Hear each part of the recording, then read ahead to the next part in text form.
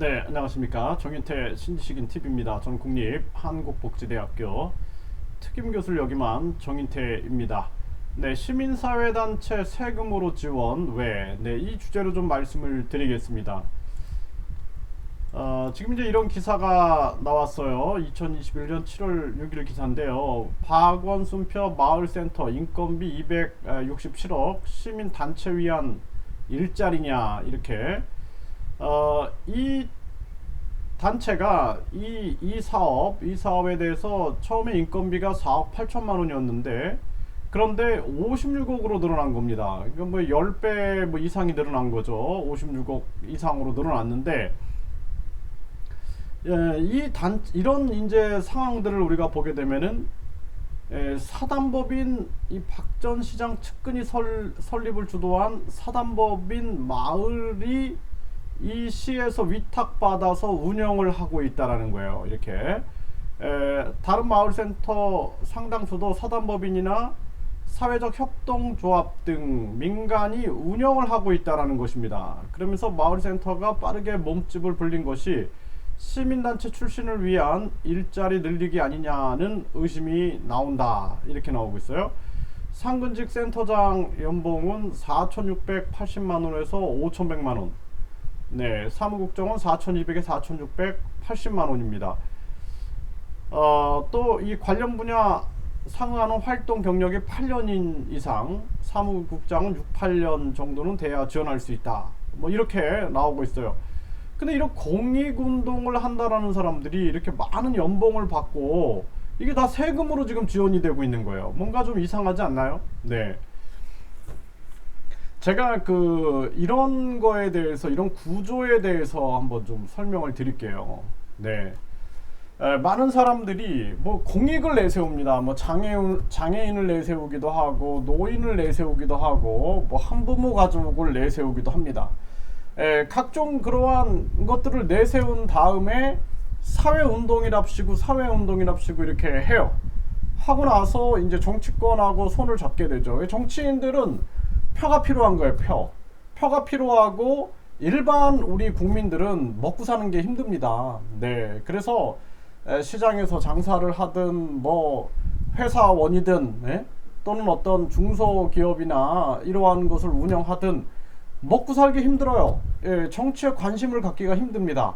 그런데 꼭 그러한 사람들이 정치적 관심을 가지고 그렇게 시민사회단체를 만드는 거예요. 그래서 그 사단법인 형태 또는 뭐 일반 사회단체 형태 또는 뭐 재단법인 형태로 만들어 가지고 그래가지고 계속 정치권하고 연결시켜 가지고 이렇게 위탁을 받는 겁니다.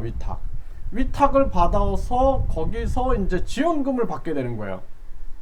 지원금을 받게 되고 뿐만 아니라 이제 조금 더 세게 나가게 되면은 법이 있어요. 법. 예를 들어서 무슨 복지법 있으면은 그 복지법의 안에다가 그 단체에 위탁한다 이렇게 못을 박아버리는 겁니다. 그러면 이제 완벽하게 그 단체는 정부 세금을 빨아들일 수 있는 이제 완벽한 법적인 지위를 갖게 되는 거예요. 그러니까 공무원도 아닌데 어떻게 보면 더 쉬운 거죠. 공무원은 공개 경쟁에서 이렇게 들어가야 되는데 그걸 위탁한다 그러니까 그쪽에서 또 채용이라든지 이런 것들이 쉬워질 수밖에 없는 것이죠. 네, 조금 더 나가게 되면 아예 그 단체를 그 정부의 산하기관으로 한다 이런 식으로 해버리는 겁니다. 그래서 뭐 보건복지부의 산하기관으로 한다 이런 식으로 법을 만드는 거예요.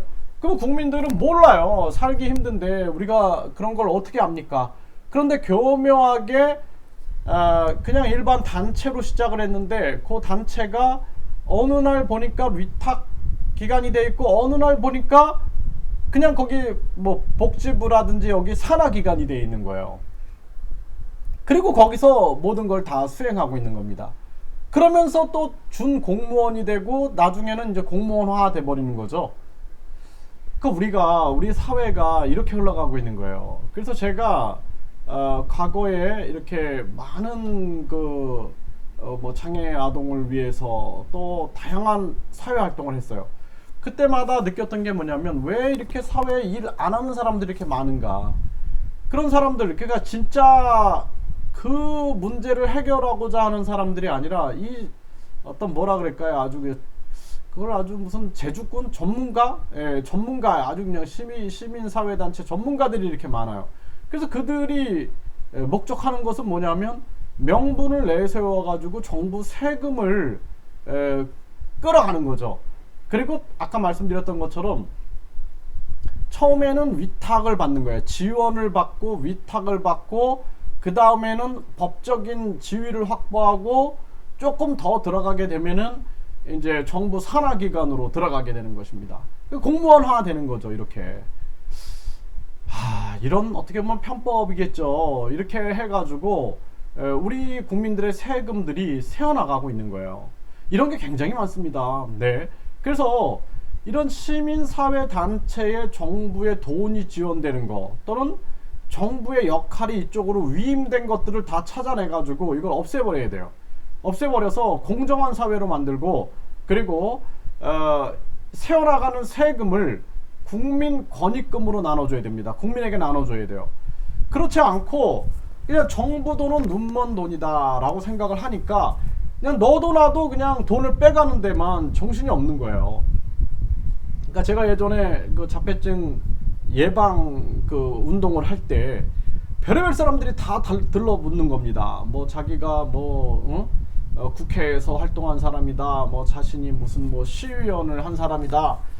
자기가 무슨 무슨 검사 뭐 비서를 한 사람이다. 별의별 사람들이 다 붙어가지고 그렇게 되면은 우리가 같이 함께 뭐 어떤 단체를 하나 만드시죠. 그리고 자기들은 로비해가지고 지원금을 타내고 그 자리에 앉는 거예요. 자기들이 사무국장이나 그런 자리에 앉아가지고 그 돈을 타먹는 일을 하면서 안정되게 그 다음에 이제 정치적으로 왜냐하면 이제 명분이 있고 단체가 있으니까 그 단체에 회원이 뭐 10,000명이다, 뭐 회원이 10만 명이다 그러면은 그 정치 세력화 되는 겁니다. 하나의 정치 세력화.